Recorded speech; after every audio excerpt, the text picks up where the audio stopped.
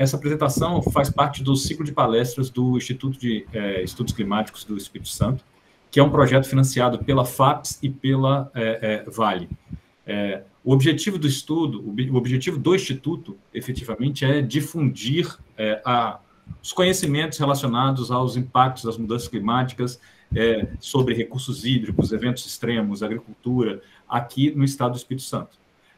A apresentação de hoje vai ser realizada pelo professor Wagner. O professor Wagner ele é doutor em meteorologia, né, na verdade, né, com a área de atuação em climatologia, terminou seu doutorado em 2008 pelo INPE, tem uma vasta experiência na utilização de modelos climáticos e ele já está atuando com a gente aqui no Instituto de Estudos Climáticos do Espírito Santo já há 3 anos.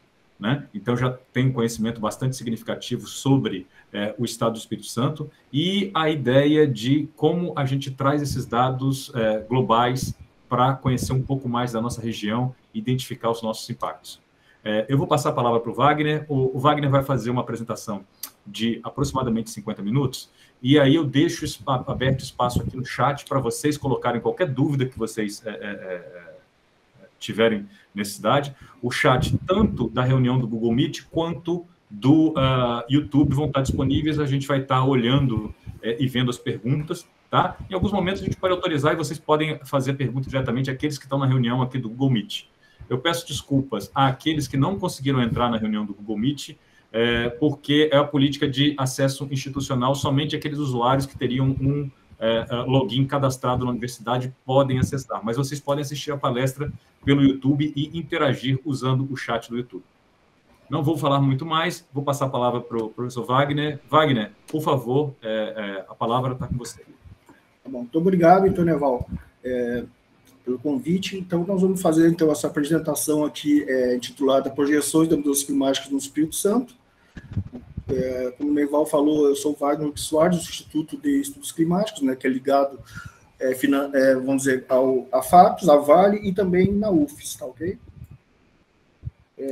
A sequência aqui da minha apresentação, eu vou fazer uma breve introdução, depois eu vou passar para observações de tendências do clima global, observações de clima no Brasil, observações de clima no Espírito Santo, vou falar sobre eventos extremos de clima ocorridos no Espírito Santo, aqui no estado.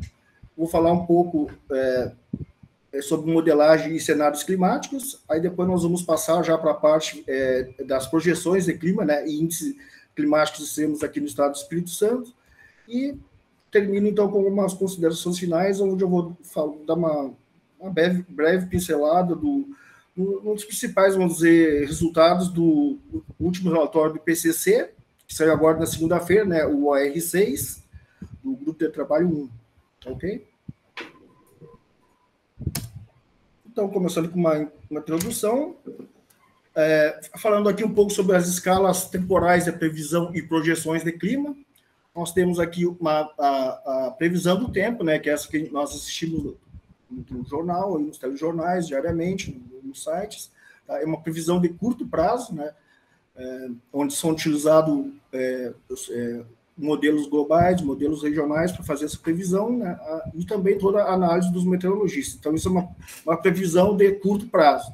Okay? Nós temos também uma previsão climática, né, que é uma previsão sazonal, né, que a gente fala que é médio prazo, né, em torno de 3 meses para frente, onde a gente tem alguns padrões, a precipitação, temperatura, evapotranspiração, esse tipo de coisa. Então, por exemplo, o INPE faz essa previsão lá climática de 3 meses, né, bastante usado, por exemplo, na agricultura. E nós temos aqui o nosso caso, que são os cenários de mudanças climáticas, né, que aí, no caso, a gente não faz uma previsão, sim uma projeção, né, a partir das projeções das emissões de gases de efeito estufa de longo prazo. Né? Então, vejo que nós temos, então, uma escala, vamos dizer, que de uma semana, né, nessa previsão do tempo, aí, como o INPE faz, o CPTEC. Nós temos outra escala de previsão climática de 3 meses, e temos também os cenários climáticos, que aí são as projeções de longo prazo, né, relacionadas às mudanças climáticas. Então, esses cenários são estimados a partir do nível futuro da população, né, da atividade econômica, que nós vamos ter, da estrutura de governança, dos valores sociais, né, e dos padrões da mudança de tecnologia. Então, a partir desses parâmetros aqui, que são construídos, então, os cenários das mudanças climáticas. Ok? Eu vou falar um pouquinho mais à frente, mas aqui é só para introduzir mesmo, diferenciar o que é a previsão do tempo, a previsão climática e os estudos das mudanças climáticas a partir dos cenários futuros das projeções. Ok? Os três aqui, no caso, os três, né, utilizam tanto modelos regionais quanto modelos, simulações e modelos globais para fazer as simulações. Essa figura aqui são observações das concentrações de CO2, a média mensal, né? Essa aqui é bem atualizado, é o último valor que nós temos lá no Observatório de Mauna Loa. A gente observa, então, aqui o aumento, então, né, em partes por milhões do CO2, e aqui de mais longo prazo, né? Isso aqui é como se fosse um zoom, né, dos últimos anos, e aqui a mais longo prazo, tá ok? Então, a gente vê aqui esse aumento das concentrações do CO2, né, em partes por milhões, desde 1960 até até o julho de 2021. Esse observatório, ele fica bem isolado, pessoal, então não tem interferência nossa, essa foto aqui, né, não tem interferência de uma área urbana próxima e tal, que esteja, vamos dizer, liberando esses poluentes na atmosfera, né, é um observatório bem isolado, então a gente considera isso aí como as concentrações globais de CO2, ok? O valor observado em julho de 2020 foi de 414 partes por milhão, e aumentando aqui para julho de 2021 para 416 partes por milhão, né? Esses valores são bem acima dos 350 partes por milhão necessários para nós alcançarmos o objetivo, aquele mais ambicioso do Acordo de Paris, da COP de 2021, COP 21, que conseguirmos manter o aquecimento abaixo muito próximo ou abaixo de 1,5 graus Celsius, como já foi publicado naquele relatório do PCC, o relatório especial do PCC de 2018, chamado simplesmente de 1,5 graus Celsius. Ok? Isso aqui, esse gráfico aqui é para mostrar, então, as emissões por países, né? Então, temos a China com 28% das emissões globais, os Estados Unidos com 15%, a Índia com 7% e a Federação Russa com 5%. Aqui nós temos, por exemplo, o Brasil e outros países, né, com 1% e tal, e o resto do planeta aqui com 20%. Tá? Essa figura é interessante, pessoal, para a gente mostrar que não é só, vamos dizer, os países mais que emitem mais, que devem, vamos dizer, tentar mitigar essas emissões do gás de efeito estufa. Porque, por exemplo, aqui é 1%, mas se nós somar todas essas fatias aqui, vejam que dá uma contribuição enorme, tanto desses aqui como do resto do planeta. Né? Então, todos os países, né, são importantes, não só esses que são os maiores emissores, mas todos os países que fazem parte do nosso planeta, ok? Agora eu vou entrar numa parte aqui falando somente sobre observações e tendências do clima global, ok? Isso aqui é só o que eu vou falar aqui nesse bloco, nesse tópico. Eu vou mostrar somente observações, não tem modelo, não tem simulação, somente observações mesmo, ok? Então a gente observa aqui observações sobre a superfície terrestre, né? Um aumento, então, aqui, né, da temperatura. Isso aqui é temperatura global, ok? A gente observa aqui, principalmente nos últimos anos, esse aumento na temperatura, tá ok? Esse outro aqui considera tanto a superfície terrestre como o oceano, também. A gente observa, então, um aumento da temperatura, né? Aqui a fonte dos dados é essa aqui, né, o GSTEMP, na versão 3. Esse gráfico aqui mostra também observações separadas por hemisfério norte e hemisfério sul, né? Um aumento maior aqui, como a gente mostra nas últimas décadas, principalmente nos últimos anos. O vermelhinho é o hemisfério norte e o hemisfério sul aquece um pouco menos, ok? Mas, separando, os dois hemisférios estão aquecendo. Isso observações. Aí são 4 fontes, esse gráfico mostra 4 fontes de dados diferentes, né? Os 4 também, aqui tem uma fonte de dados da NASA, outra fonte de dados do Hadley Center, do Reino Unido, outra fonte de dados da NOAA, também dos Estados Unidos, e outra fonte de dados da Agência Meteorológica Japonesa. Então, essas 4 fontes de dados, né? Os dados são tratados como são de centros diferentes, eles têm um tratamento estatístico diferente, mas vejam que os quatro fontes de dados observados diferentes, né, têm o mesmo jeitão aqui, né, desse aquecimento, que chegando quase em torno de 1 grau Celsius, aqui, em torno de 1 grau, né, em 2019, 2020. Ok? Passando para observações de clima no Brasil, aqui são as fontes de dados, são 4 diferentes fontes de dados, também mostrando o aquecimento, né? Tanto a fonte de dados de STEMP, a fonte de dados da NOAA, outra fonte de dados do CRU, e outra fonte de dados também do CRU. São um pouco diferentes das duas, mas vejam que as 4 fontes de dados observados, mostrando, então, o aquecimento, né? Principalmente aqui nas últimas décadas, ok? Isso aqui é uma média para o Brasil inteiro. Aqui são observações de temperatura também, né? Anomalia de temperatura para diferentes regiões do Brasil. Aqui, nesse caso, eu peguei 2 fontes de dados diferentes, aqui tem o GSTEMP, né? Aqui a Amazônia, o aumento da anomalia de temperatura em torno de 1 grau, o GSTEMP também mostrando um pouquinho mais, né? Também em torno de 1 grau, mas um pouquinho mais dessa anomalia, a Amazônia e a região sudeste da América do Sul, também mostrando esse aumento. Outra fonte de dado, aqui para a Amazônia, o CRU, mostrando esse aumento, o Nordeste do Brasil também é outra fonte de dados mostrando esse aumento da anomalia de temperatura, e para o Sudeste da América do Sul também, observando, então, um aumento observado da temperatura. Em relação à precipitação, a gente nota que também observado, né, um ressecamento aqui na parte, um ressecamento aqui no Nordeste, aqui na Amazônia, e mais chuva aqui na região sul do Brasil. Okay? Essas partes aqui, a churada, pessoal, é que a anomalia não foi maior do que a variabilidade natural, ou seja, aqui é só o que está a mais ou a menos, ok?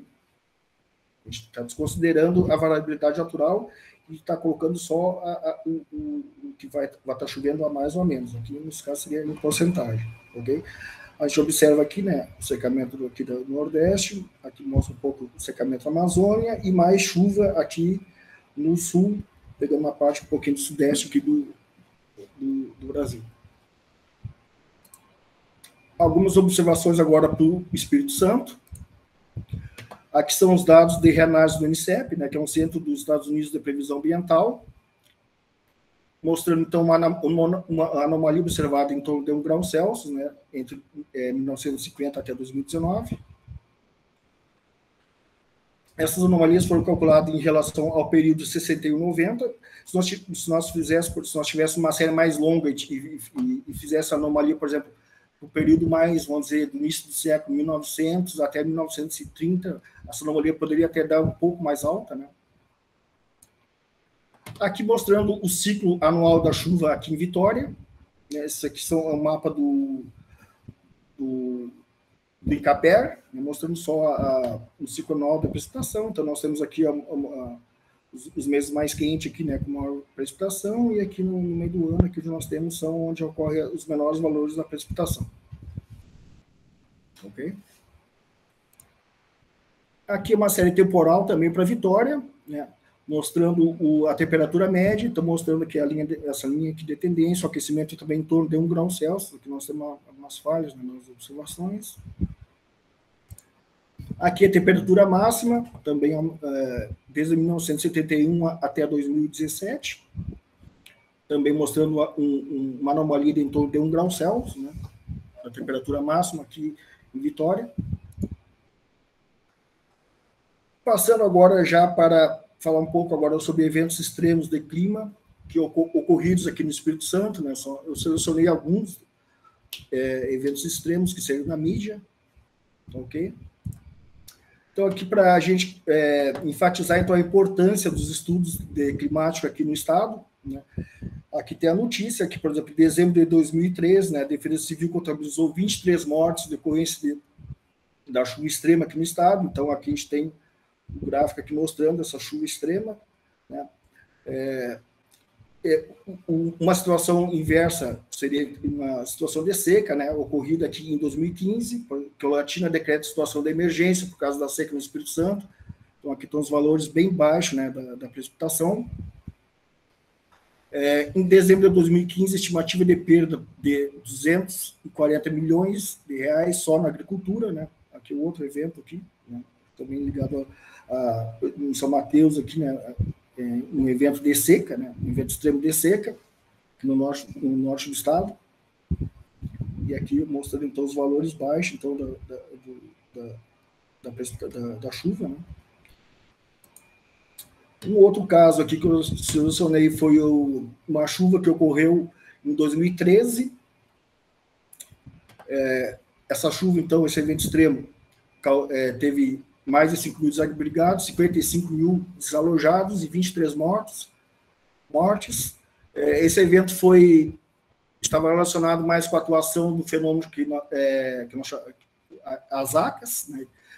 que é uma banda de nebulosidade que vem desde aqui do sul da Amazônia, atravessa a região central do Brasil, né, passa aqui sobre o Espírito Santo, tem toda essa interação aqui com a precipitação, né, transportando umidade aqui da Amazônia para cá, né, a gente tem a evapotranspiração da floresta aqui, e essa umidade, então, vem, né, através da dinâmica da atmosfera, nos baixos níveis, né, principalmente, chega até aqui, então, causando, então, interagindo aqui com a região e causando esses eventos extremos de chuva. Ok? Vejam que em Vitória era uma média aqui de 713 milímetros de chuva, né?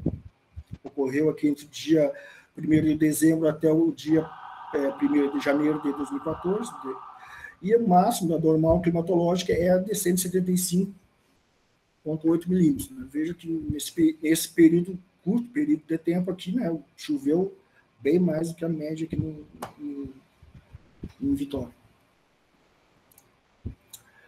Outro evento extremo que eu selecionei para mostrar também foi o que ocorreu em 2015, né?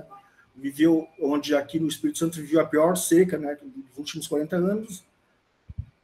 A estiagem durou mais de 47 dias, levou o governo do estado a decretar a existência de cenário de alerta. As consequências da estiagem vão desde a provável fechamento da hidroelétrica em Santa Maria de Jequitinhonha, na região serrana, até a produção de programação do carnaval em Piúma, no sul do estado. Então, a gente vê aqui mais um evento extremo, né, nesse caso, um evento de seca, né? Um outro evento aqui em 2018. Aqui eu aproveitei já para colocar os tipos de desastres naturais, né, que ocorrem mais aqui no Espírito Santo. Então, nós temos aqui enxurrada, estiagem, também temos erosão marinha, chegando até os deslizamentos que são maiores. Mas os maiores aqui realmente são a estiagem e as enxurradas. E aqui são as regiões, então, onde foram observados então, esses eventos, né, tanto os relacionados à hidrologia. Okay? E aqui nos laranjinha, na cor laranja, então a gente tem um evento extremo, né, que causando então deslizamentos. Aí a concentração térmica de 40 graus, Vitória bate o recorde de calor no ano. Essa notícia que foi em 2018, né? Então a capital aqui registrou 36,5 graus, né, concentração térmica de 40 graus. O recorde anterior foi no dia 12 de janeiro de 2018, né, que havia sido de 35,9 graus. Segundo o Instituto Nacional de Meteorologia e INMET, o registro foi feito pela medição da estação meteorológica, na automática, local, e a referência atual utilizada pelo Instituto às 16 horas, o horário que foi registrado, o pico da temperatura, a umidade relativa estava em torno de 40%. Um outro evento, aqui mais 2 eventos, né? Em 2019, um evento de seca, 16 municípios em alerta por falta de chuvas, e aqui um evento de fortes chuvas, né? Então a gente vê todo aqui os impactos, né, desses 2 eventos, constatando um evento de seca e um evento de chuva, né? Por exemplo, o evento de chuva que deixou Vila Velha, suspendeu as aulas em 40 escolas, então aqui nós temos todos os prejuízos de um único evento extremo, né? O comércio, por exemplo, sofreu um prejuízo de 15 milhões e por aí por diante, pessoal. Então a gente vê aqui como um evento extremo que às vezes dura uma manhã, uma tarde, pode causar todos esses prejuízos, tanto em questão de infraestrutura como na parte social. Okay?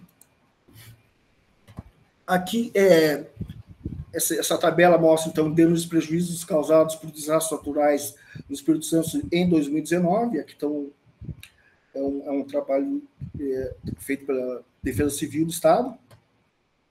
Então, aqui, prejuízos econômicos públicos, em torno de 2 bi, e prejuízos econômicos privados, em torno de 300 bi. Né? Então, aqui nós temos tipo de desastres, chuvas intensas, enxurradas, estiagem, e assim por diante. Então, aqui para mostrar, então, em um ano, o quanto que nós temos de prejuízo econômico em decorrência dos desastres naturais, né, em virtude dos eventos climáticos extremos. Em 2020, tivemos essa chuva que deixou mais de 12 mil pessoas fora de casa, no Espírito Santo, em 27 municípios. 12 mil, né, estão fora da sua casa, em 27 municípios, atingidos por essas chuvas fortes, né? Também foi noticiado na mídia aqui do estado. Um outro evento agora desse ano, também de chuva forte, né? Um evento bem mais recente. Vários impactos aqui, né? Listei vários impactos. Ruas e bairros foram impactados pelo alagamento, principalmente na Grande Vitória e Vila Velha. Tivemos aqui a contagem de 8 mil RAIs, né? Foram contabilizados pelo INPE durante esse evento aqui. Interrupção do fornecimento de energia em regiões da Grande Vitória, avenidas ficaram intransitáveis, esgotos em rodovia do estado, queda de árvores, desalhamento de casas de Colatina e assim por diante. Tá? Em torno de 24 horas, em torno de 100 milímetros de chuva em Conceição do Castelo, Serra, Ibitiba e Santa Teresa. Aqui eu peguei algumas fotos que saíram na mídia para mostrar o impacto, então, desse evento extremo de chuva. Passando agora, pessoal, tudo que, como vocês viram, tudo que eu mostrei agora, então, são observações, tá ok? Agora, então, nós vamos passar por uma parte seguinte da apresentação, que agora nós vamos começar, assim, a falar sobre modelagem e cenários climáticos. Como eu falei, tudo que eu mostrei até agora foram observações e não modelagem do clima. Falando, então, um pouco dos modelos do sistema climático, né? Esses são os modelos, então, que nós utilizamos para fazer as previsões tanto de tempo, ou então fazer as projeções dos cenários climáticos futuros, né? São representações aritméticas aproximadas das equações matemáticas e os movimentos na atmosfera e suas interações com a superfície terrestre. Esses modelos são utilizados para estudos de vulnerabilidade, impactos e adaptação às mudanças climáticas. Esses mesmos modelos, a grande maioria deles também são os modelos utilizados na previsão do tempo, mas que tem a sua versão climática, tá, ok? Aqui são alguns dos processos físicos, né, que esses modelos incorporam. Então, temos toda a nuvem e chuva, temos toda a parte do balanço de radiação na atmosfera, temos toda a parte também, os modelos mais novos, né, inclui a turbulência atmosférica, que tem um isolamento vertical, aqui os edges, né, mistura. E aqui todo o sistema, né, do solo, biosfera, atmosfera, que os modelos mais modernos, né, que nós chamamos de modelos do sistema terrestre, incorporam. ok? Basicamente, existe uma hierarquia de modelos, nós temos modelos globais, eles acompanham, então, os padrões das escalas sinóticas que ocorrem no globo inteiro. Esses modelos têm uma baixa resolução espacial, alguns modelos têm 500 quilômetros de resolução, alguns modelos já conseguiram uma resolução ótima para o modelo global, que é de 100 quilômetros, né? E também temos os modelos regionais, que são acoplados a esses modelos globais, e aí nós temos, então, um maior detalhamento para uma região que a gente delimita. Okay? Esses modelos têm uma resolução bem maior, né, que os modelos globais, uma resolução, por exemplo, entre 40 e 50 quilômetros, né? E tem, por exemplo, uma topografia bem mais detalhada que o modelo global, né? Então, o que acontece quando a gente está fazendo uma simulação no modelo regional, o modelo global ele vai alimentar esse modelo regional com as condições de contorno, e a partir dessas condições de contorno, o modelo regional faz todas as suas simulações usando a física interna do modelo regional. Ok? Aqui alguns exemplos da utilização de modelos climáticos no hemisfério sul, aqui são alguns fenômenos meteorológicos, né? Então, eles simulam, então, o El Niño Solução Sul, a zona de convergência intertropical, os ventos alísios, o jato de baixos níveis na América do Sul, a alta subtropical do Atlântico Sul, a zona de convergência do Atlântico Sul, e também, né, no caso da gente fazer os estudos setoriais, né, esses modelos então servem para nós fazermos todas as avaliações, as vulnerabilidades, os impactos nos setores como agricultura, recursos hídricos, saúde humana, etc. Ok? Aqui um exemplo das variáveis pós-processadas dos modelos, né? Nós temos uma lista de variáveis, as principais variáveis, né? São bem mais que essas. Então, nós temos aqui temperatura, pressão, vento, precipitação. Aqui nós temos toda a parte de radiação também, né? Aqui nós temos o movimento vertical, ômega, etc. Então, aqui é para exemplificar todos os dados que nós temos na saída dos modelos. Ok? Então, quando nós falamos, então, sobre as mudanças climáticas, nós temos que falar sobre o IPCC e também sobre o CEMIP, o qual o IPCC não teria, vamos dizer, o que mostrar nos relatórios se não fosse o CEMIP. Então, o CEMIP é um projeto que trata da intercooperação entre modelos acoplados, né? Então, é sempre o CEMIP na fase 11, nós agora estamos no CEMIP 6, né? Onde os dados estão sendo disponibilizados desde o ano passado, de 2019. Okay? Há pouco tempo atrás já saiu, então, o Ensemble, que é uma média na verdade, são 68 modelos, né? O multimódulo Ensemble, que também já está disponível para download e a gente fazer nossas pesquisas a partir desses dados. Tá? O CEMIP envolve mais de 50 grupos de estudos e desenvolvimento de modelagem climática, inclui observações e experimentos numéricos em supercomputadores. O CEMIP gera e fornece acesso aos dados de cenários climáticos futuros e paleoclimáticos, utilizados em milhares de estudos científicos acerca das mudanças climáticas, por meio de artigos científicos, relatórios, livros, teses, dissertações, etc. Experimentos numéricos utilizados, né? Modelagem global, e o CEMIP-6 já incorpora alguns modelos regionais de mais alta resolução. E falando agora do IPCC, né, que é o painel intergovernamental, painel sobre as mudanças climáticas, é um órgão estabelecido em 1988 pela Organização Meteorológica Mundial, que é um programa das Nações Unidas para o Meio Ambiente, PNUMA. O IPCC foi criado a partir da percepção de que a ação humana esteja influenciando o clima do planeta e que é necessário acompanhar esse processo. Aqui, às vezes, a pessoa fica meio surpresa. O IPCC, pessoal, ele não gera novos conhecimentos científicos, ele apenas reúne e avalia as publicações acerca das mudanças climáticas e gera relatórios. Então, quando a gente vai abrir esse último relatório que saiu agora na segunda-feira, do grupo 1, ele tem em torno de quase 4.000 páginas, não vai ter nenhuma informação nova que está ali dentro, pessoal. Tudo que está ali dentro já foi publicado, ok? Então, o relatório, ele reúne, então, essas publicações, e faz uma avaliação, né, e aí lança os relatórios.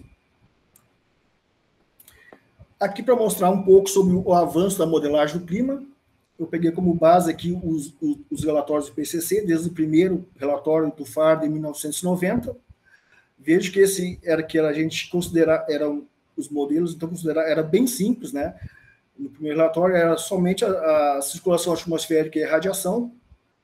Já no segundo relatório, de 1996, foram incorporados, então, aos modelos, além da circulação atmosférica e a radiação, a atividade vulcânica, emissão de sulfatos, gelo marinho, circulação oceânica. No terceiro relatório, de 2001, foram acrescentados os modelos do ciclo do carbono, aerossóis, profundidade do solo, hidrologia e circulação de retorno no oceano. Em 2007, no AR4, no quarto relatório do IPCC, foram incluídos a química da atmosfera e a física do solo.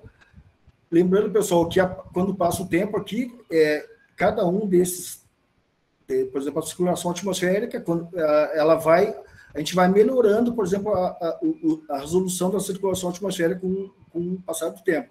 Por exemplo, se a gente comparar a circulação atmosférica daqui, por exemplo, de 2007, ele vai estar bem melhor representado do que aqui, né? Porque nós tivemos aí em torno de 17 anos um avanço da pesquisa e do nosso conhecimento.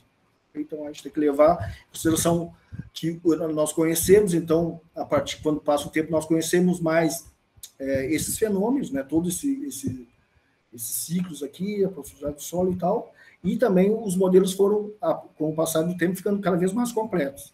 Em 2013, no AR5, né, incorporou tudo isso aqui, mais o uso da terra, fisiologia da planta, biogeoquímica e ecologia marinha, e agora em 2021 e 2022, né, que saiu agora na segunda-feira, e mais os dois, que vão sair no ano que vem, o R6, então temos modelos com maior resolução, os modelos, bastante modelos mais completos, né, que são os modelos do sistema terrestre, mais detalhamento nos processos físicos e biogeoquímicos.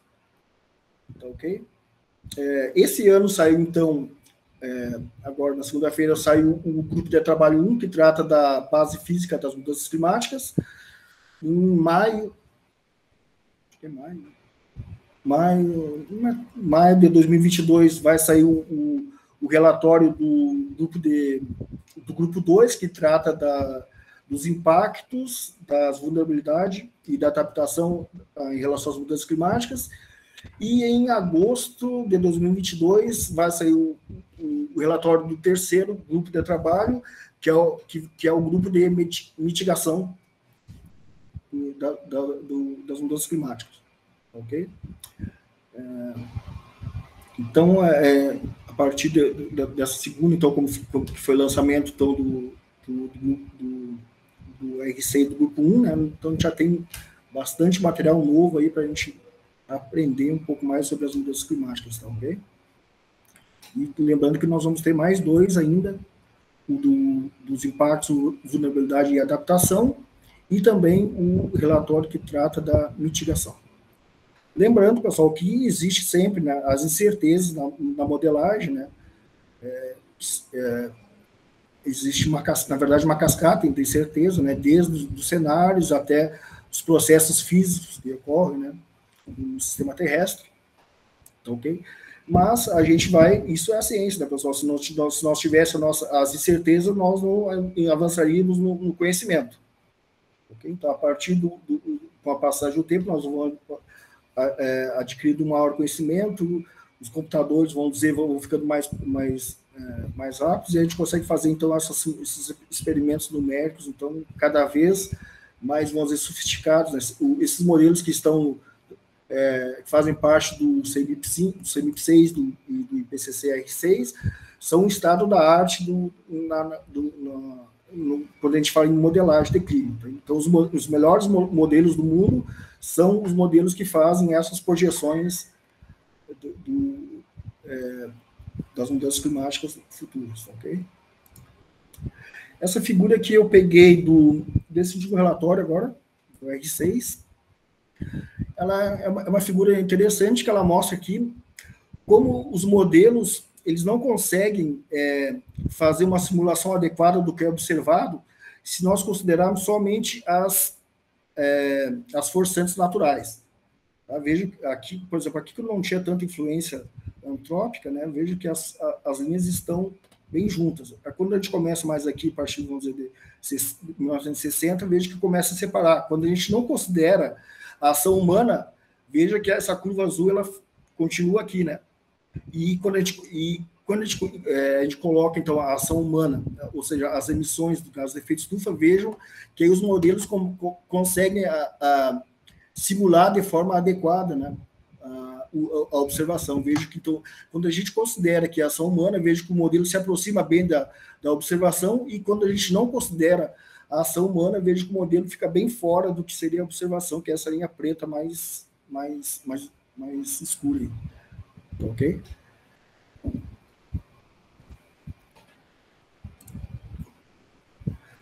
Os cenários climáticos, né? Aqui nós vamos falar dos RCPs, né, que fizeram parte do R5. Então, nós temos cenários de baixas emissões, né, que é a forçante radioativa total, né, aqui deu 2,6 watts por metro quadrado. Isso aqui é baixas emissões. Temos dois cenários de médias emissões, que é o RCP 4,5 e o RCP 6,0 watts por metro quadrado. E aqui o nosso mais pessimista de todos, né, conhecido RCP 8,5, né, que é aquele que aquece mais, né, chega com uma forçante radioativa de 8 adicional, né, essa fonte radioativa é adicional do que a radiação do que o efeito de estufa natural, né, de 8,5 watts por metro quadrado adicionais, ok?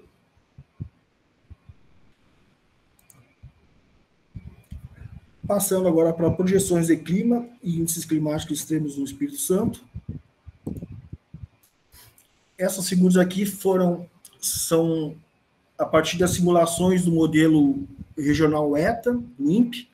Esse modelo, então, ele foi acoplado ao modelo global RADGEN 2, modelo do sistema terrestre, né?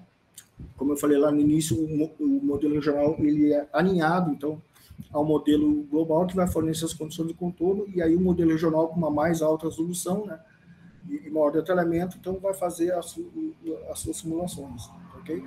Aqui essa figura é o que nós consideramos o período histórico, 61 a 90, tá? Aqui é a temperatura média, o ETA, então, fazendo essa simulação aqui que nós consideramos o baseline, aqui eu considerei 61 até 90, e aqui são as projeções, né? No caso aqui eu calculei as anomalias, tanto para o RCP de médias emissões, o RCP 4,5, quanto para o RCP de altas emissões, o RCP 8,5.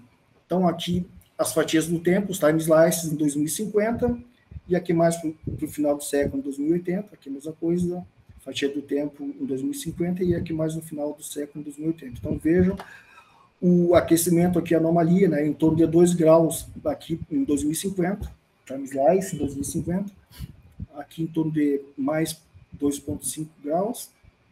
Quando nós vamos mais para o final do século, o fatia do tempo em 2080, nós temos aquece um pouco mais, né, o modelo regional em torno de 3 graus, aqui chegando em torno de 3,5 graus a mais de temperatura. Quando nós pegamos o caso mais o cenário mais pessimista, né, aquele em que as emissões são maiores. Aqui nós temos aqui para metade do século um aquecimento de mais 3 graus, 3,5 graus aqui nessa região. E aqui seria mais para o final do século, né, um caso mais extremo, né, do RCP mais pessimista, um aquecimento chegando até em torno de 6 graus Celsius.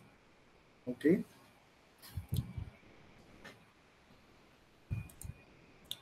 Isso aqui é uma série temporal, uma tendência, né, de longo prazo, a temperatura média, aqui é para o estado inteiro, do Espírito Santo. Então, aqui o preto são o histórico, ok? E aqui nós temos em vermelho as simulações usando o cenário RCP 8,5 e em verde o RCP de médias emissões, o 4,5. Okay? Aqui são os valores absolutos e aqui são os valores da anomalia. Então, a gente observa que lá no final do século, por exemplo, o RCP 8.5, aquele mais extremo, que a gente não quer que ocorra de maneira alguma, né? Chegando a um aquecimento de mais de 6 graus, enquanto o RCP de médias emissões coloca um aquecimento aqui no final do século de em torno de 3,7 graus. Ok?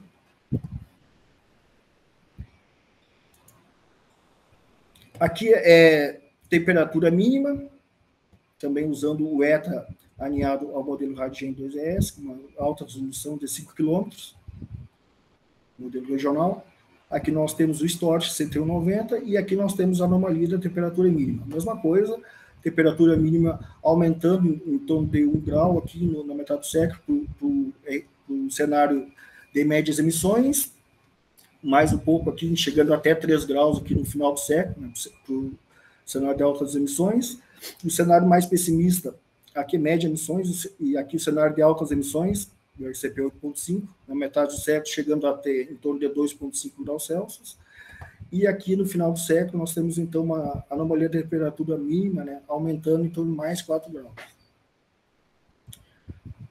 A gente nota, então, quanto a gente mais avança no tempo, vamos dizer, as figuras vão ficando mais vermelhas, mais alaranjadas vermelhas, né? Tanto em relação ao RCP, né? Tipo, aqui, por exemplo, se comparar esse RCP com esse aqui, a gente vê que aqui a mínima teve uma maior alta em comparação com aqui, né, no mesmo período, e o mesmo período, quando a gente observa então, o RCP mais pessimista, um maior aquecimento, maior anomalia da mínima em relação ao RCP das médias emissões. Aqui a temperatura máxima, mesma coisa aqui, chegando aqui no RCP 4.5 a 3.5 graus a mais na temperatura máxima, no final do século chegando a 4.5, no cenário mais drástico, 5 graus Celsius, a gente tem algumas regiões aqui, né? 5 graus Celsius, na metade do século, e no final do século chegando até absurdos 7,5 graus de anomalia de temperatura máxima. Aqui, pessoal, aqui é só a título de exemplo, né? Isso aqui seria um cenário mais extremo possível, onde aqui eu peguei o ano de 2099 e fiz a anomalia em relação ao período base aqui de 60 a 90, né? Então aqui nós teríamos, enquanto hoje nós temos uma temperatura em torno de 20 graus aqui, nessa região, no final do século, no cenário mais extremo, nós poderíamos ver essa temperatura média que subiria para 31 graus, como está assinalado aqui na figura. Para a temperatura máxima, também nós temos aqui em torno de 30 graus, aqui eu selecionei alguns pontos aqui, né, para mostrar, e nós chegaríamos a uma anomalia dessa máxima aqui, por exemplo, até 40 graus, pessoal. A gente vê o quanto é um absurdo, então, esse aquecimento que esse cenário, então, ele nos projeta, né?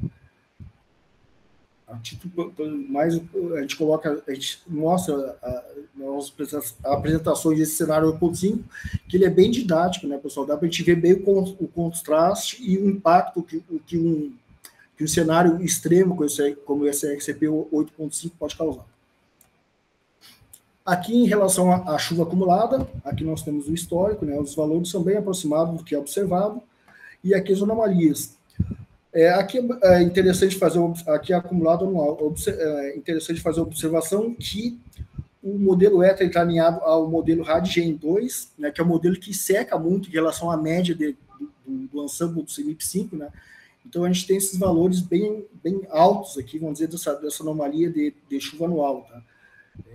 Só que tem que ser observado, tem que ser sempre observado, né, porque o modelo ETA ele foi alinhado a um modelo que ele seca mais em relação à média dos outros modelos do CMIP, ok? Mas, por exemplo, no histórico, o modelo consegue simular bem essa precipitação acumulada anual, ok? Isso aqui é tendência de longo prazo de chuva acumulada no Espírito Santo, né? o mesmo modelo, o modelo regional ETA com 5 km de resolução. Aqui é o histórico, a simulação do experimento numérico da parte histórica, e aqui as projeções. Então, a gente observa aqui o grande secamento que nós temos, então, tanto para o cenário de médias emissões, como para o cenário de altas emissões. Vejam o quanto diminui aqui a quantidade da chuva acumulada. Lembrando que, mais uma vez, que o ETA, nessas simulações, ele está alinhado ao modelo que seca mais do que a média de todos os modelos do CEMIP. Tá, ok? Aqui já são projeções dos novos cenários do CEMIP 6, né, que são os cenários SSPs.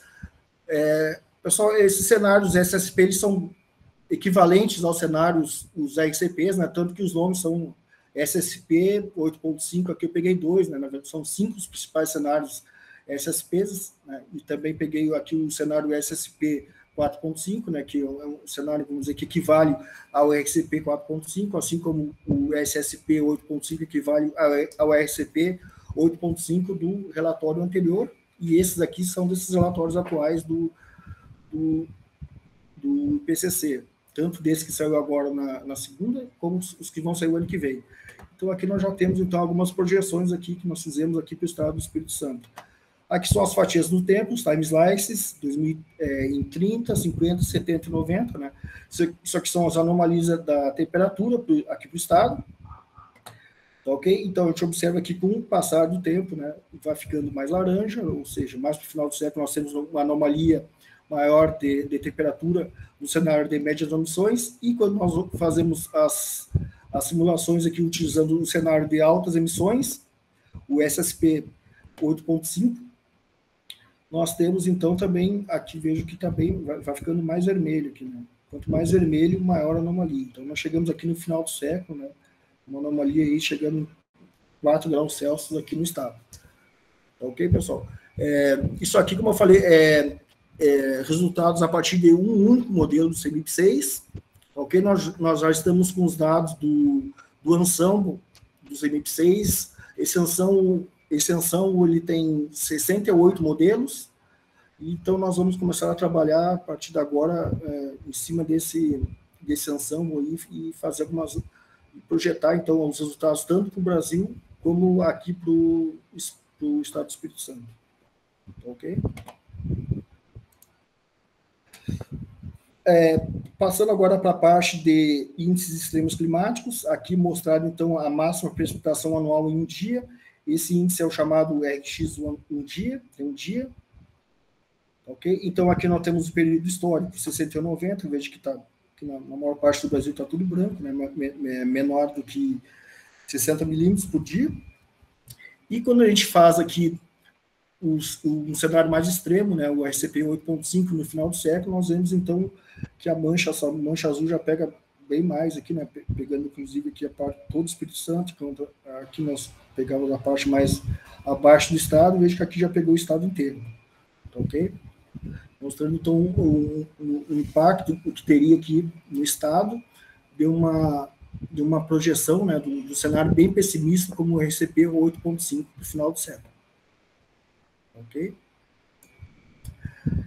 Esse aqui é o índice RX de 5 dias, né, a máxima precipitação anual em 5 dias consecutivos. Aqui nós temos então o histórico, né, e aqui a figura B é a projeção do cenário RCP 8.5 no final do século, né. Veja então que fica mais azul aqui, né, indicando então uma ocorrência então desse índice extremo. Então veja que aqui tem bastante coisa, boa parte, por exemplo, da Amazônia que está branco, e aqui já está azul, né? O Espírito Santo aqui todo no azulzinho, aqui, mais na parte inferior, e um pouquinho menos aqui na parte norte do estado. Ok? Aí é outro índice extremo, né? O CDD, ligado aos desastres naturais. Então nós temos aqui o histórico, né, 61,90, e aqui nós temos a projeção do cenário mais pessimista para o final do século. Vejo que aqui já pega aqui, por exemplo, os dias consecutivos aqui no norte do estado, aqui, né, pessoal, a simulação do modelo, mostrando então um avanço então aqui do sul da Bahia, que já pegando uma ponta aqui do estado, mostrando então a ocorrência desses dias secos consecutivos, ok? Lembrando que aqui nós temos uma resolução bem alta, já que isso aqui é um ensemble do CENIP 5, né? Nós temos uma resolução bem alta, mesmo assim vejo que a gente consegue ver um detalhamento aqui do que não é, por exemplo, observado aqui no que a gente considerou como histórico, mas a gente observa aqui quando a gente já faz a projeção do RCP 8.5 para o final do século. O RCP mais pessimista dos 4 principais. Aqui é simulação, então, voltando ao modelo ETA, ok? Aqui é o CDD, aqui é o histórico, entre 35 e 40 dias de estiagem, aqui a gente observa aqui no litoral norte, e aqui são as projeções futuras, né?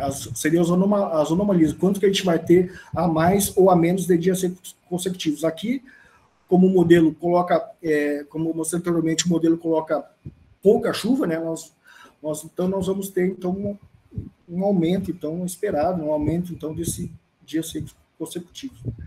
Então aqui mais no norte do estado, né? Aqui já é o modelo regional mostrando um maior detalhamento aqui onde o norte aqui do estado seria mais atingido, né? Se a gente comparar a região sul aqui do estado, em termos desse índice climático extremo dos dias secos consecutivos, ok?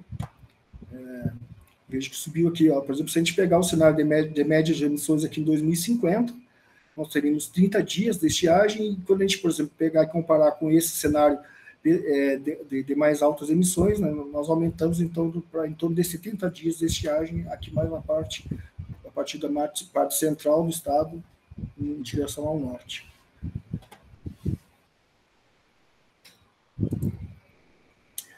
Aqui é uma figura que nós fizemos também, a gente pegou aqui um exemplo aqui, a cidade de Montanha, né, que fica no norte do estado aqui, e fizemos essa série temporal aqui do índice climático extremo de dias secos consecutivos, né. A gente observa então aqui que durante o século, a década de 60, aqui, né, nós tínhamos em torno de 25 dias secos consecutivos, e quando nós vamos aqui no final do século, esse número de dias consecutivos aumenta para 70 dias. Aqui nós utilizamos, então, o modelo regional ETA com 20 km de resolução, alinhado a 4 modelos globais, o RAD-GEM 2ES, ao modelo canadense, ao MIROC 5 e também ao modelo brasileiro, o BESA. Okay? Essa linha preta é a média desses quatro experimentos médicos. Ok? Os resultados dos experimentos médicos. Já estou chegando aqui quando a gente fala então das mudanças climáticas, alguns planos aqui de contingência e iniciativas governamentais aqui no estado, né? Vou passar rapidamente aqui sobre alguns desses planos de contingência e iniciativa aqui estaduais. Nós temos o plano Conde Vitória, tá, okay? Que é ligado à defesa civil.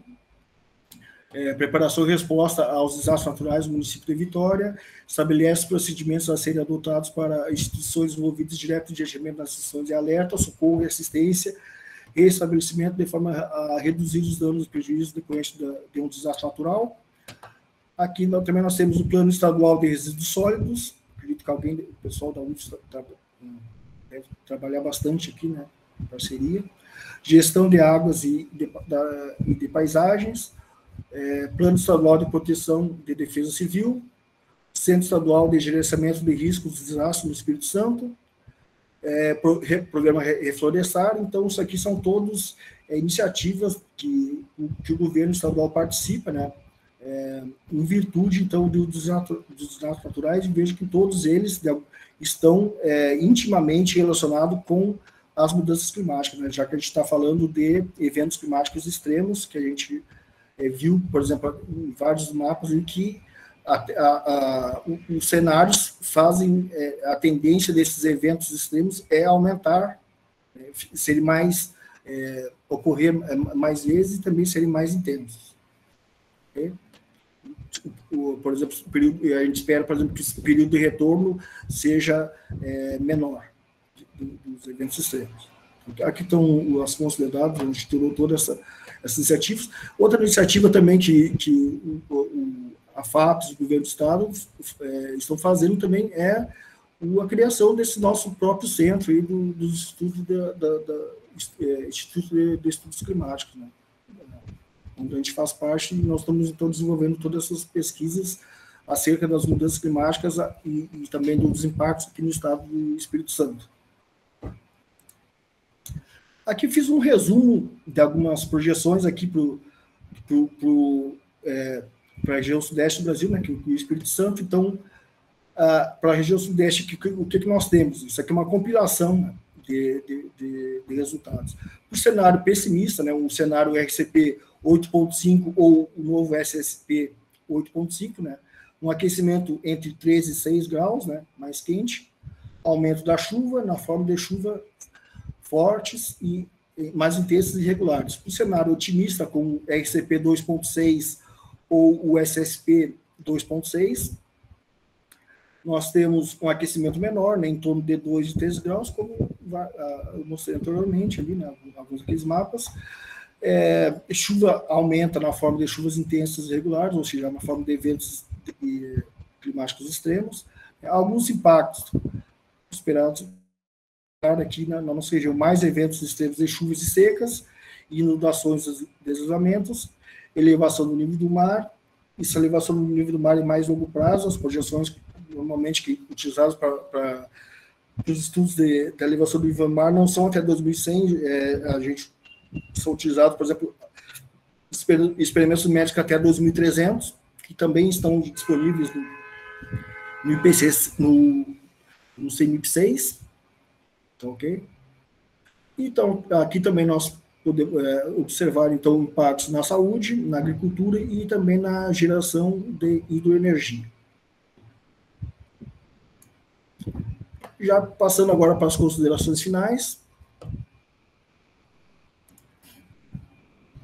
Aqui, isso aqui é uma linha de tempo da urgência climática, pessoal. Eu coloquei todos, incluí aqui o relatório de segunda-feira agora, né?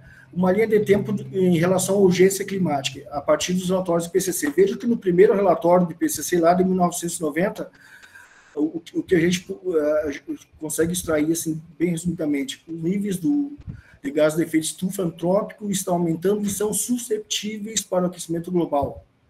No segundo relatório, vejo que já aparece a palavra há evidências do impacto humano irreversível sobre o clima.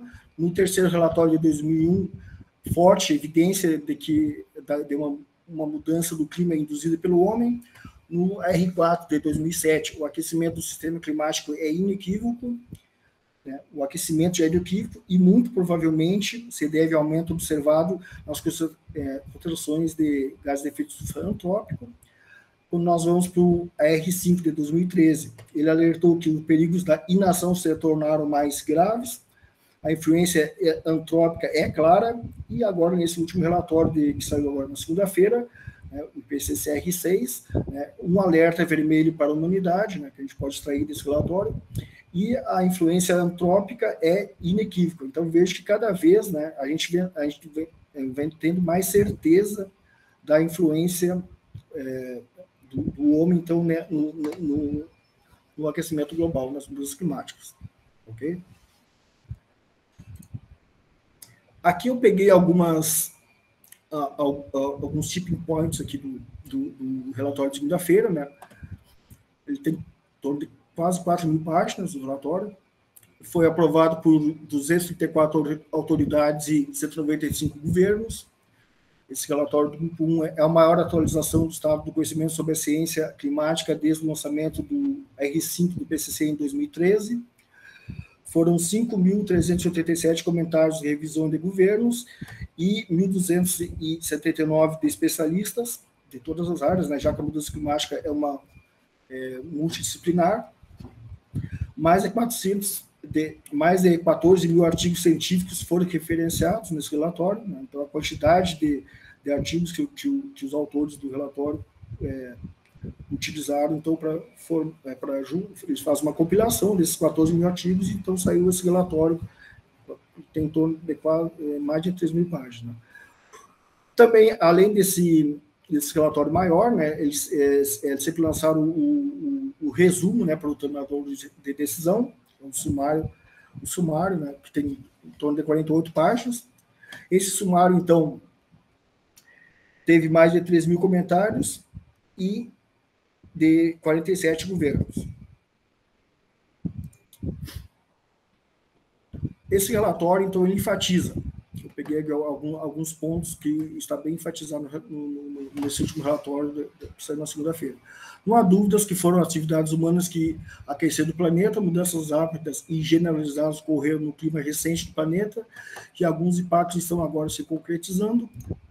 A ciência da atribuição melhorou, onde a gente vai atribuir essa mudança climática, né? Encontrou as evidências do impacto da ação humana em todo o sistema climático. As emissões antrópicas são agora responsáveis por um planeta alterado e com um clima mais instável. O planeta aquecerá em 1,5 graus em todos os cenários projetados. Tanto aqui, esse aqui cabe um comentário aqui, pessoal. Tanto faz a gente pegar um cenário mais pessimista, como o RCP 8.5, ou um cenário mais otimista, como o RCP 2.6, os dois cenários, em algum ponto, vão alcançar esse 1,5 grau, né? No caminho mais ambicioso dos gases de efeito estufa, alcançaremos 1,5 grau por volta de 2030. Esse prazo aqui, pessoal, diminui um pouco. Os relatórios anteriores do IPCC, o relatório especial de 2018, ele colocava um pouco mais para frente. Nós atingimos esse 1,5 graus. E esse relatório novo agora já fala que a gente vai atingir um pouco mais cedo do que nós esperávamos, esse limite aqui de 1,5 graus, que é o objetivo mais ambicioso do Acordo de Paris.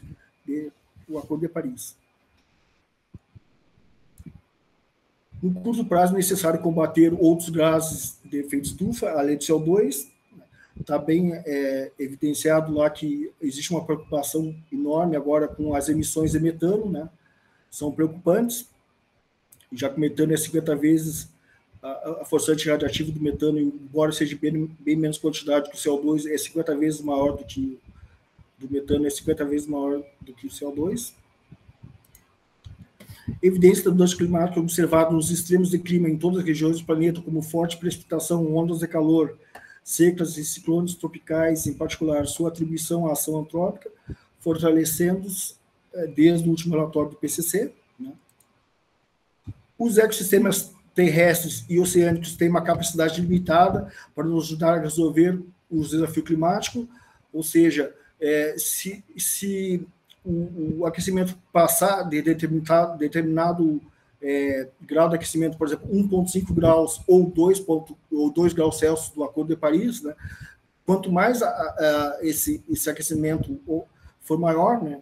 Quanto maior for a anomalia da temperatura, os ecossistemas cada vez vão ter uma menor capacidade, então, a nos auxiliar em resolver esse desafio das mudanças climáticas, já que eles são absorvedores, né, do CO2. Por exemplo, no caso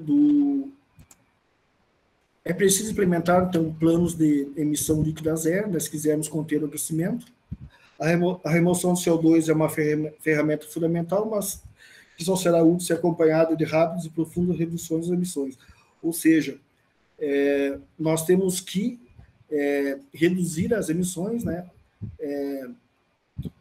e além de reduzir as emissões, né, ou seja, a mitigação de toda essa quantidade de gás de efeito estufa na atmosfera.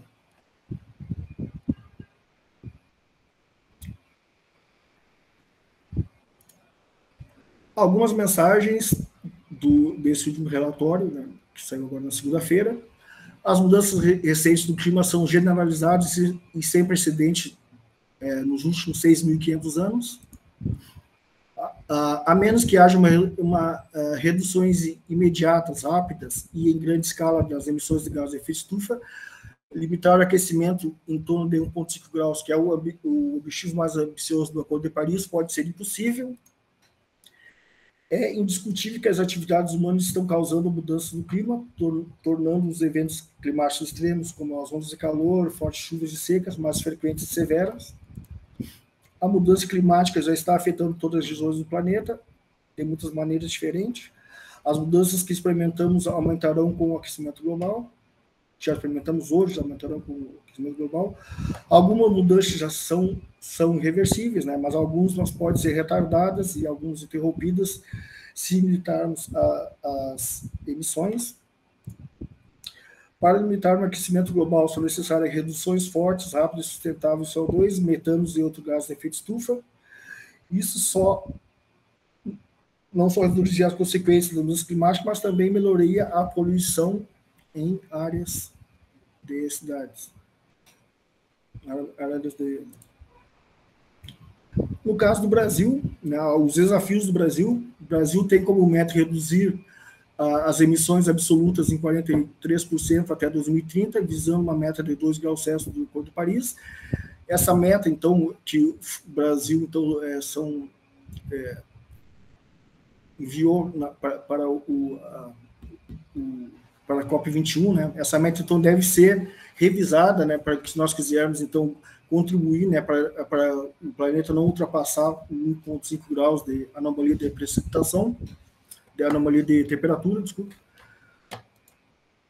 Em 2012, o país já tinha reduzido suas emissões em torno de 41%, graças à queda no desmatamento da Amazônia após 2005.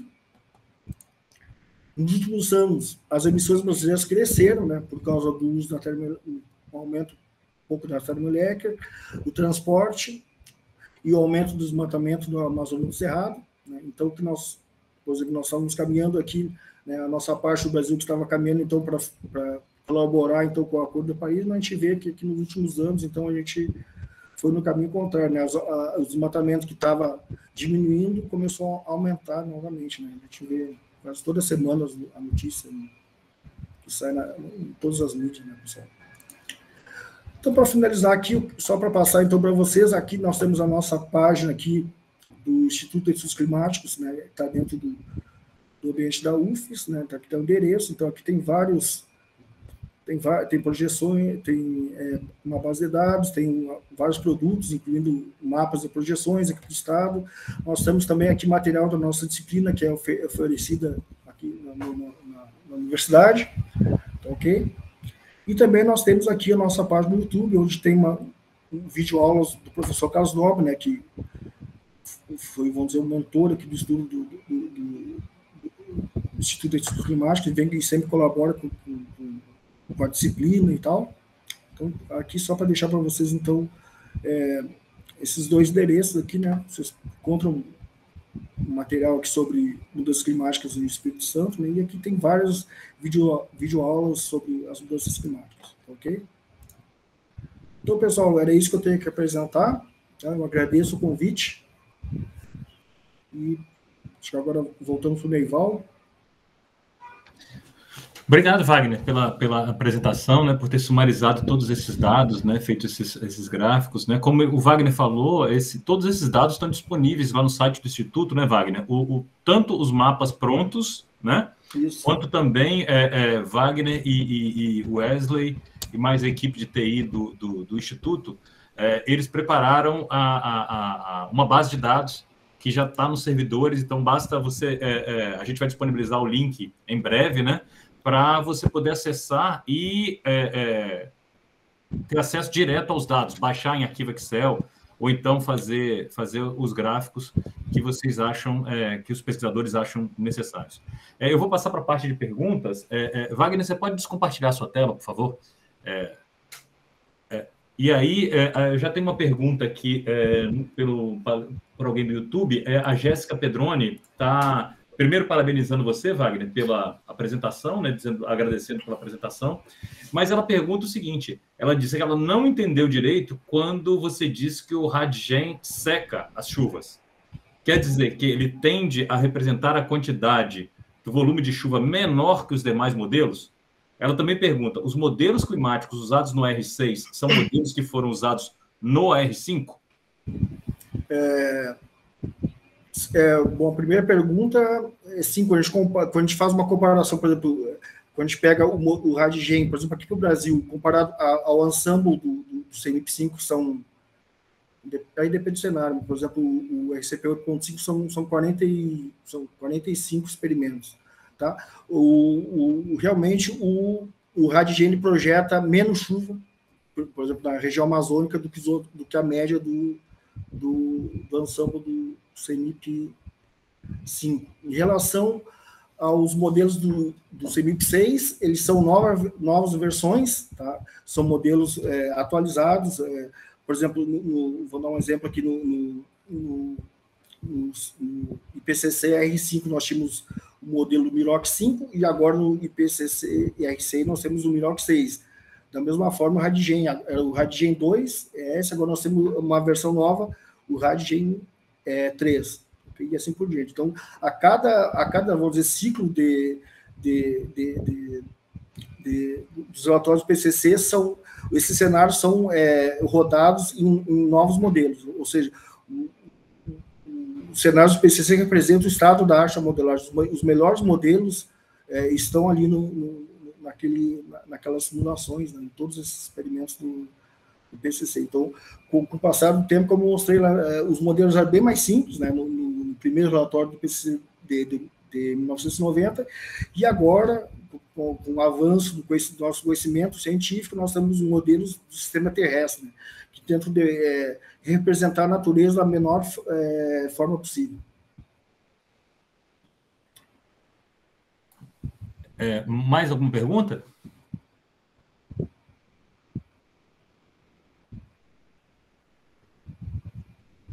Eu estou notando aqui que o Alexander fez um comentário, né? Ele está perguntando, falando que por que o Brasil não possui um modelo climático global e quais são as consequências do Brasil não ter um modelo climático. E aí o João Kopp já responde, sim, o Brasil tem um modelo global, exatamente o BESM, o Brazilian Earth System Model, que participou do CMIP5. Isso. E só para complementar, o Brasil, pessoal, não são muitos países no mundo que tem modelo regional, e o Brasil tem um modelo regional. Então, nós temos aqui no nosso país um desenvolvimento, né? Alguns países desenvolvidos têm só os modelos globais, mas aqui nós conseguimos desenvolver um modelo regional, com todo o detalhamento, né? A topografia, por exemplo, que o modelo global não tem. Então, no Brasil nós temos um modelo global, o BESM, e também um modelo regional. Ótimo. O professor José Eduardo Pesopani está levantando a mão, pedindo para fazer uma pergunta. Pesopani, por favor. Me escutando, Eval? Está escutando? Perfeito. Estou escutando também, Pesopani. Ô, Wagner, parabéns pela apresentação. Eu gosto muito de ver essas apresentações que você tem feito aí. A gente fica mais perto desse assunto, mudanças climáticas, quando vem para o Espírito Santo. Eu acho que esse é um grande plus aí do Instituto. As discussões ficam mais perto, né, Neval, da gente. A gente consegue se aproximar mais. E minha pergunta é justamente nessa linha. Por exemplo, eu não conheci depois que a gente começou a trabalharmos juntos aí, essa questão esse projeto do CPTEC, né, a plataforma CPTEC. E, pelo menos na minha área, nessa área digamos assim, de agropecuária, esses modelos regionalizados, eles contribuem muito mais, né? Eles levam em conta esse detalhamento do terreno, uso do solo, e nessa escala de 5 quilômetros, né, nesse pixel de 5 quilômetros, é uma ferramenta fantástica. E minha pergunta é justamente nessa linha. Segunda-feira saiu o relatório 6. Né? Como é que fica agora esse trabalho? Quanto tempo demora? Quanto tempo você acha que demora para a gente ter um produto regionalizado em cima desses modelos agora apresentados no relatório 6? Porque parte do modelo global, não é isso? Isso, do modelo global para fazer uma espécie de um agrupamento, né? Isso. E quanto tempo demora isso, Wagner? Daqui quanto tempo a gente vai ter um... Você está falando do modelo regional? Um projeto já com essa nova rodada. Então, demora um pouco, porque aí tem que, como trabalhar no INPE, pesquisadores, por exemplo, pesquisador de qualquer, por exemplo, pesquisadores da USP acessam o seu computador no INPE lá da USP, ok? Então, tem uma fila de vários experimentos. Então, vários pesquisadores vão fazendo essa fila. Como o supercomputador que nós temos aqui não, já está obsoleto, né? Não, já é um supercomputador antigo. Qual que é o Tupan? Isso. As simulações, então, demoram. Por exemplo, se nós tivéssemos um supercomputador melhor, vamos dizer, as simulações demorariam bem menos, né? Como o Tupan já está fraquinho em comparação com o que você tem hoje. Mas eu acredito que se o pessoal da Show lá fizer o projeto, eu acredito que em 2022, 2023, nós já temos, por exemplo, alguns resultados regionais, né, com alta resolução aqui para o Brasil, a partir do modelo ETA, alinhado a modelos do CEMIP6, em vez do CEMIP5, como é o que nós temos rodado aqui. Porque aquelas projeções que você mostrou para o estado, de temperatura e tudo, é o CEMIP5, né? É o projeto em cima do CEMIP5. Isso, do ETA. Do ETA, isso. Quando eu mostrei o CEMIP6, é um modelo global, um modelo global do CEMIP6. Tá? Agora, há pouco tempo atrás, que saiu o Ensemble, que é a média de vários modelos do CEMIP6. Nós já estamos com esses dados, agora junto com o Wesley, nós vamos começar a trabalhar neles. Ok, beleza. Obrigado. Professor Edmilson Teixeira também gostaria de fazer uma pergunta. Professor, com a palavra. Boa tarde. Boa tarde. Wagner, parabéns aí pela apresentação e obrigado. Eu tenho um comentário e meio, que é um dentro do outro. Quando eu estou mais interessado no uso dessas projeções para fins de planejamento regional, desenvolvimento regional. Então, eu nunca trabalhei muito, né, para ser sincero, o tema mudanças climáticas dentro da área que eu atuo, que é mais água e desenvolvimento de regiões. Como lidar com essas projeções, que são umas mais severas, outras menos severas, em relação ao impacto? Ok? Se eu tivesse só uma, é uma situação, né? Mas qual a sua experiência de lidar, né, em termos de utilização dessas projeções para fins, aí não sei se você tem estado envolvido, de planejamento, né? Mas considerando essas várias, né, possibilidades, mais severas, menos severas, e aí eu falei um e meio, porque o meio é o da incerteza, né? Eu vi que em algumas projeções você colocou uma faixa, mas pelo que eu entendi que a faixa não era a incerteza numa projeção, e sim do conjunto de resultados lá. Mas como lidar, então? Isso que era um e-mail. Lidar com essas possibilidades, né? Mais restrito, menos restrito, e a incerteza. Obrigado. Então, vamos dizer, o ideal é usar o que nós temos agora, que é o Ensemble, que é a média do máximo de modelos de experimentos possíveis, né?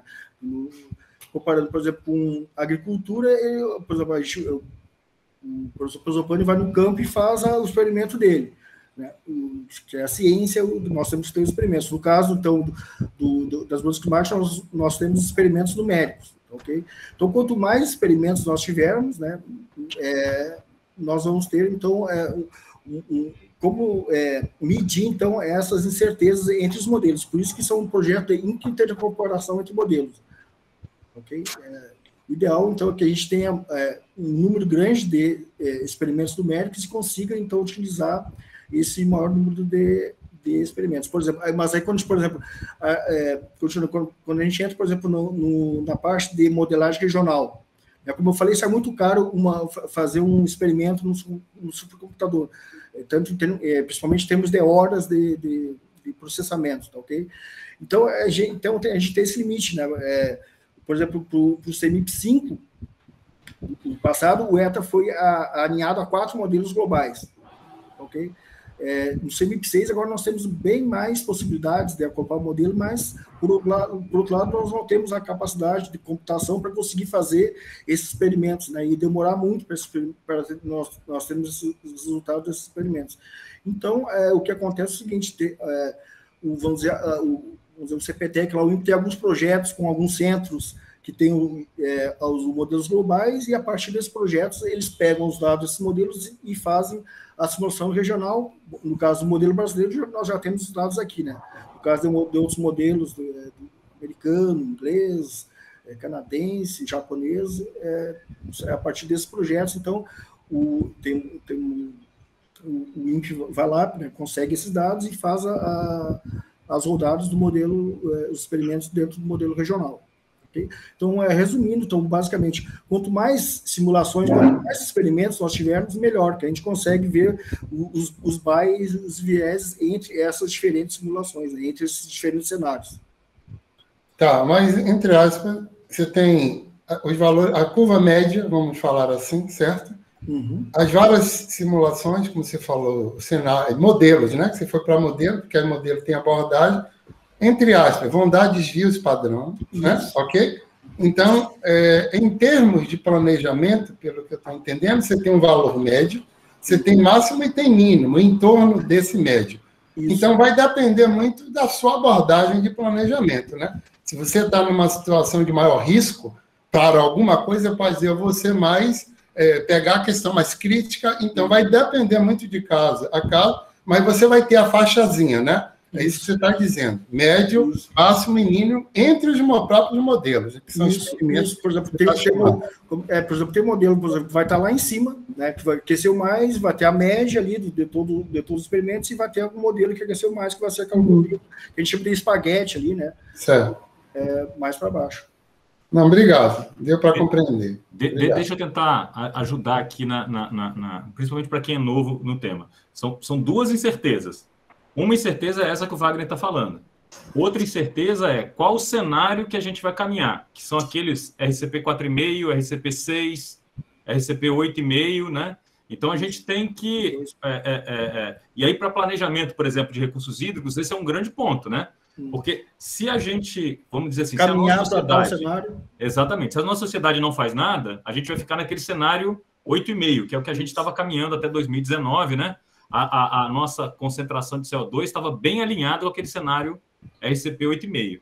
Se a gente começa a caminhar num sentido, vamos dizer assim, mais sustentável, uma sociedade mais limpa, com menos emissão de carbono, aí a gente vai cair para o 4,5, 2, quem dera 1,5, né? Mas, então, essa é a primeira incerteza, né? Então, aonde nós vamos ficar? Até 2019, eu diria que a gente estava caminhando a passos largos por 8,5, né? Isso era consenso. Um acontecimento muito relevante nesse ano foi a mudança de posição dos Estados Unidos. A Europa vinha com um posicionamento muito forte de neutralidade de carbono até 2050. Né? E os Estados Unidos tinham saído, inclusive, do Protocolo de Paris no governo Trump. O Biden, agora, no mês passado, chamou aquela reunião de líderes e grande parte dos países aderiu à iniciativa do Biden, que era já o que era defendido pela Europa, que é neutralizar as emissões até 2050. Inclusive, o Brasil aderiu a isso. Né? Essa semana, o governador do Espírito Santo aderiu, o Espírito Santo, ao Race to Zero, que, na verdade, é a corrida para neutralizar as emissões até 2050. Né? São Paulo e Minas Gerais já tinham feito isso no mês passado. Se não me engano, Pernambuco também está caminhando nesse sentido. Então, com esses desenvolvimentos mais recentes, o que está caminhando, se a gente realmente conseguir fazer essa corrida até zero, talvez a gente consiga, a gente escape lá do 8,5 ou do 6, e a gente vai ficar lá, na teoria, a gente tem potencial para chegar no 2. Né? Então, a gente teria um cenário mais, vamos dizer assim... favorável. Exatamente. E aí a gente poderia pensar em planejamentos com esses cenários mais próximos do 2 ou alguma coisa por aí. Mas a gente ainda tem uma grande dificuldade tecnológica, né? Que 80% da nosso consumo de energia ele é de combustíveis fósseis. Então, não basta o comprometimento político. A vontade política me parece que mudou esse ano. 2021, para mudanças climáticas, pelo menos politicamente falando, parece que tem sido um ano bom. Né? Mas todo o esforço tecnológico ela ainda está aí.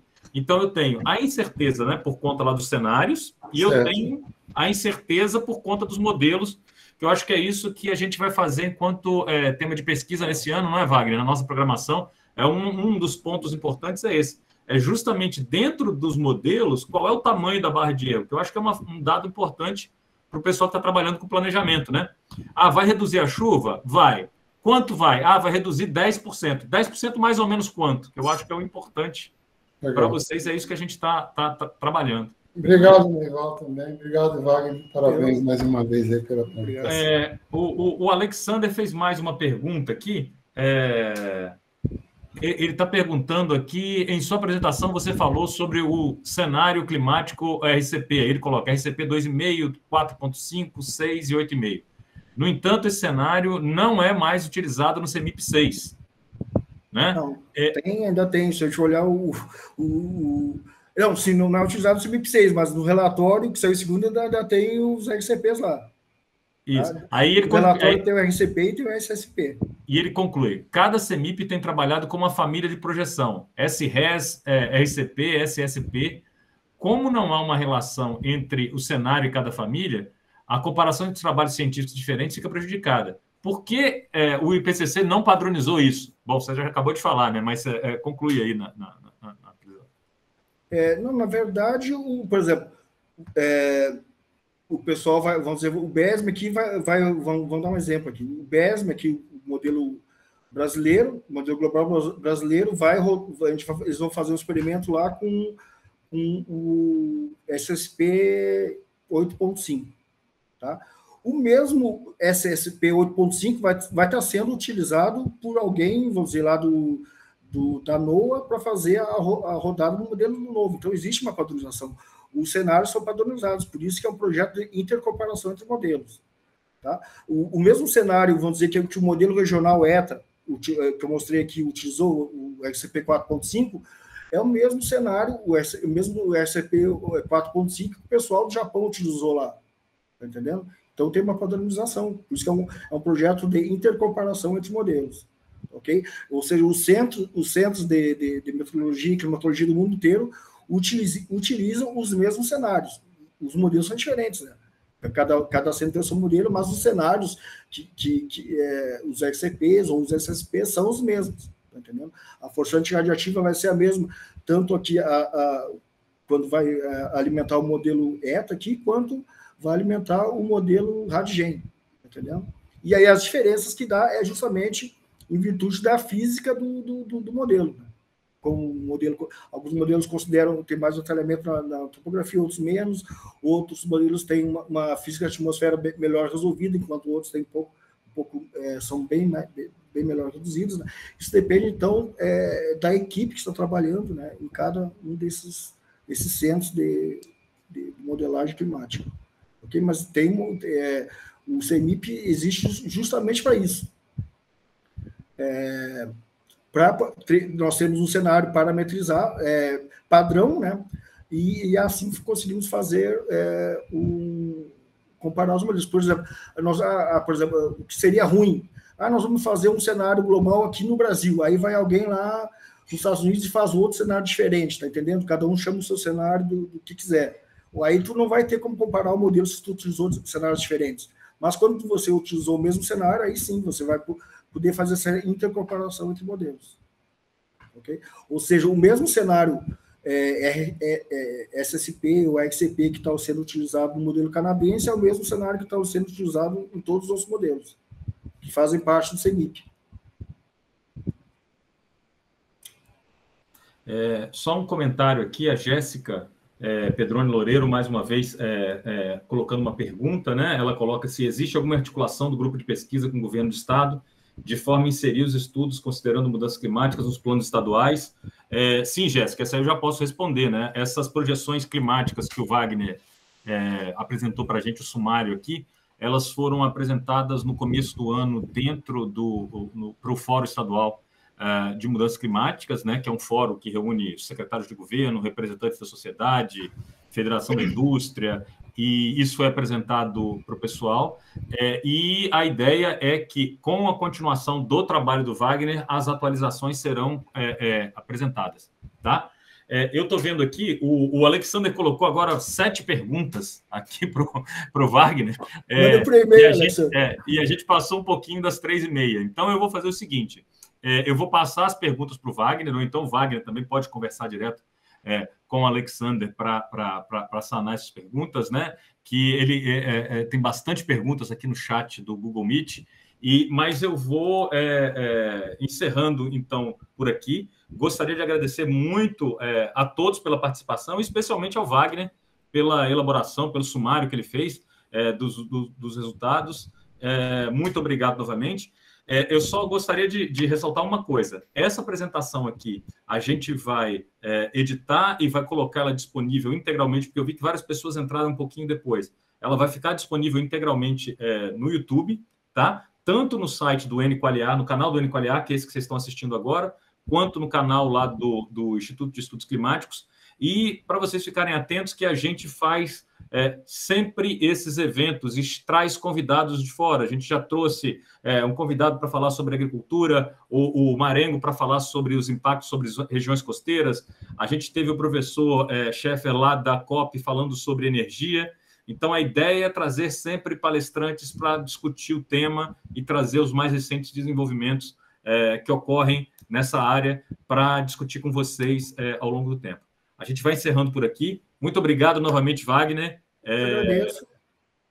Fiquem atentos aí para os próximos eventos que a gente vai acabar organizando. Gente, Legal. muito obrigado. Tchau.